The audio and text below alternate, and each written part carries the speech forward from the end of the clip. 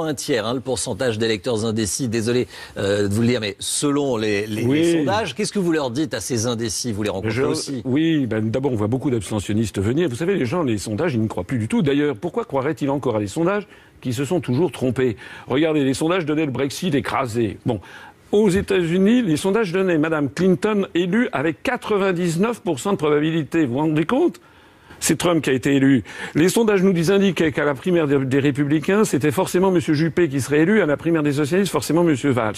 En fait, ces sondages, maintenant, ce sont tout simplement des opérations de manipulation de l'opinion publique. Il faut que les Français se laissent mettre ça de côté, qu'ils n'y croient plus, d'ailleurs ils n'y croient plus, et qu'ils ne jugent qu'en fonction de leur intérêt. Et je voudrais leur dire quelque chose à tous les Français qui regardent cette émission. Voilà.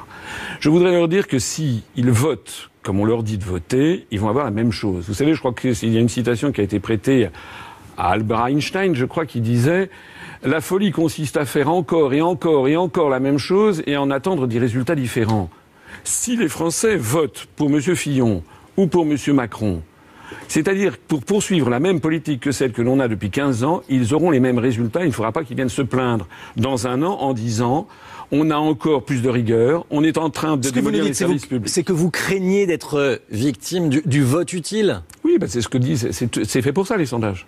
Les sondages diffusés dans les grands médias. Les sondages dans les grands médias sont faits pour mettre dans la tête des gens qu'il faut surtout qu'ils votent pour les 3-4 personnes. Il y a un complot, c'est ça que vous avez derrière? Non, c'est pas un complot. De toute façon, écoutez, pourquoi Madame Je vous pose la question. Pourquoi Madame Clinton était-elle donnée à 99% à votre avis? Est-ce qu'ils avaient raison, les sondages, ou pas? Quelle est votre réponse? Je dis que moi, il y avait des gens qui avaient intérêt à ce que ce soit Mme Clinton. Et lorsque M. Trump a été élu, d'un seul coup, ça a été la panique à bord. Et depuis lors, d'ailleurs, on voit que M. Trump, en fait, est progressivement ramené vers toute une série de politiques pour lesquelles il n'a pas été élu, d'ailleurs. Une question sur le favori des sondages, François Asselineau, Emmanuel Macron. Comment vous le jugez, le programme de Macron? Et je me suis déjà exprimé, c'est un sèche-cheveux, voilà. Ça fait du bruit, ça fait du bruit. Ça prend de la place, ça brasse de l'air chaud et c'est assez inutile en définitive. C'est un truc cosmétique, voilà. Bon, votre programme, il consiste à sortir de l'Europe, de l'euro, de l'OTAN, pour que la France redevienne, vous dites, indépendante. Mais pour faire quoi? Quel bénéfice les Français peuvent en tirer? La démocratie. La démocratie, c'est-à-dire que déjà, ils pourront choisir leur politique. Parce qu'actuellement, si nous restons dans l'Union européenne, toutes les politiques sont déjà fixées. Sont déjà fixés par le rapport sur les grandes orientations de politique économique. Je ne cesse d'en parler depuis 3 semaines. Ça n'est jamais repris par aucun grand média. J'en profite encore pour le redire. Et les gens peuvent aller d'ailleurs sur notre site upr.fr. C'est la deuxième fois que vous nous le dites. Oui. D'ailleurs, c'est le site le plus consulté de tous les partis politiques français. Encore un indice. Eh bien, ils constateront que toute la politique est déjà fixée pour le deuxième semestre 2017. Baisse de l'impôt sur les sociétés pour les grands groupes, augmentation de la TVA, baisse des prestations chômage, baisse du SMIC, poursuite de la rigueur. Les collectivités locales vont subir encore une asphyxie financière. Voilà quel est le programme, sans oublier l'ubérisation généralisée de la société française. Donc les avocats, les notaires, les médecins, les pharmaciens, si d'aventure ils s'aventurent à voter pour M. Macron, pour M. Fillon, eh bien, on en reparlera dans 1 an ou 2 quand ils verront qu'ils sont ubérisés, qu'ils sont mis en concurrence avec les mêmes professions venues de Bulgarie ou de Roumanie. On va rigoler. Vous voulez aussi que la France se rapproche de la Russie, du monde arabe et de l'Amérique latine. Et de la Chine. Et de la Chine. C'est d'avoir une politique mondiale. C'était exactement la politique de coopération internationale.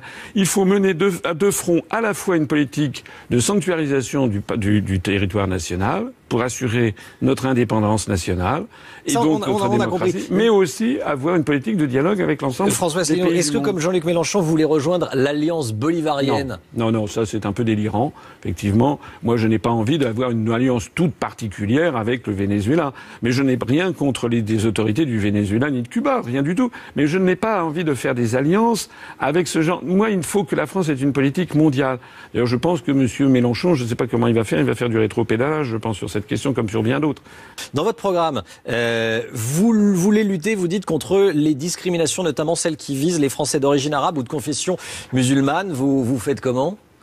Je pense qu'il y a actuellement un discours général en France. Regardez ce qui s'est passé l'été dernier sur l'affaire du Burkini. Moi, je ne suis pas intervenu parce que j'estimais que c'était quand même une politique, enfin toute une espèce de quelque chose qui était destiné à stigmatiser en particulier une partie de la population française. C'est-à-dire, vous voulez une France où les femmes peuvent se baigner en burkini? Je pense que ce sont des débats, qui ne sont pas, sur lesquels il n'y a pas nécessité de focaliser l'attention.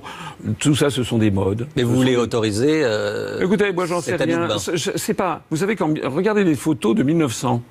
Les photos sur les plages en 1900. Les Français, dans quel appareil ils allaient? Je vous parle de l'été prochain. Hein. Oui, oui. Mais moi, je pense que ça fait partie de ce genre de choses où on focalise l'attention des Français sur des détails.